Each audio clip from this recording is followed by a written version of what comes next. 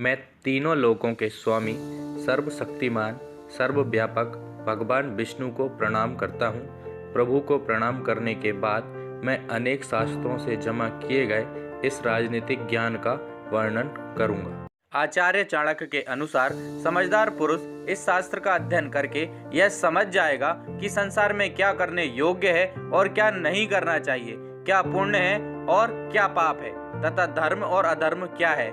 यह ज्ञान इस ग्रंथ से प्राप्त किया जा सकता है। अब मैं आपके सामने वह ज्ञान रखने जा रहा हूँ जिसे जानने से व्यक्ति विद्वान बन जाता है, उसमें निर्णय लेने की क्षमता आ जाती है, वह यह बात समझ जाता है कि क्या करना है और कब करना है।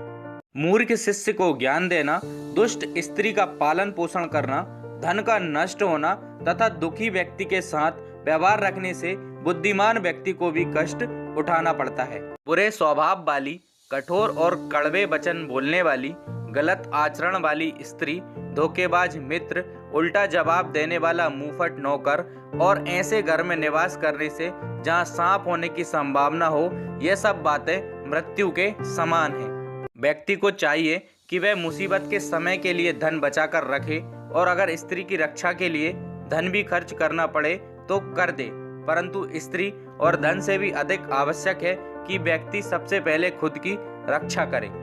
मुसीबत के लिए धन की रक्षा तो करनी ही चाहिए, परंतु धनी व्यक्ति को आपत्ति से क्या लेना देना।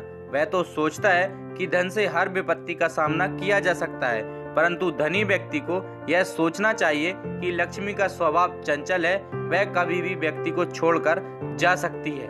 जिस देश में आदर सम्मान ना हो और आजीविका का कोई साधन नहीं है, जहाँ के लोगों में आपस में भाई बंधु जैसा संबंध ना हो और रिश्तेदार भी ना हो तथा किसी प्रकार के गुणों और विद्या को प्राप्त करने की संभावना भी ना हो, ऐसे देश को छोड़ देना चाहिए। ऐसे स्थान पर रहना उचित नहीं है।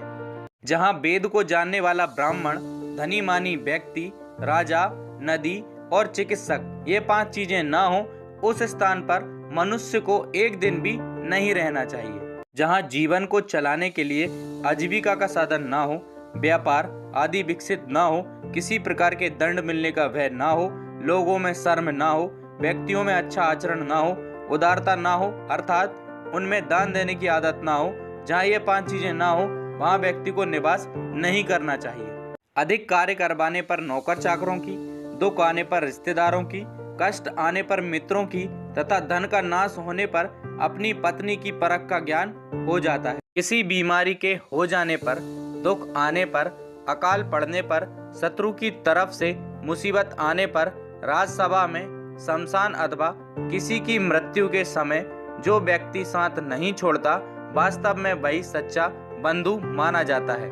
जो व्यक्ति निश्चित अर्थात जो हो सकता है इसे छोड़कर अनिश्चित जो नहीं हो सकता उसके पीछे भागता या समय बर्बाद करता है, वह असफल हो जाता है। बुद्धिमान व्यक्ति को अच्छे गुण वाली कुरूप कन्या से विवाह कर लेना चाहिए, परंतु उसे बुरे आचरण वाली सुंदर कन्या से विवाह नहीं करना चाहिए। बड़े बड़े नाखूनों वाले जानवरों, विशाल नदियों, बड़े बड़े सींग वाले आदि पशुओं, ऐसे लोग जिनके पास हथियार हो, राजा से संबंधित कुल वाले व्यक्तियों, इन सभी पर विश्वास नहीं करना चाहिए।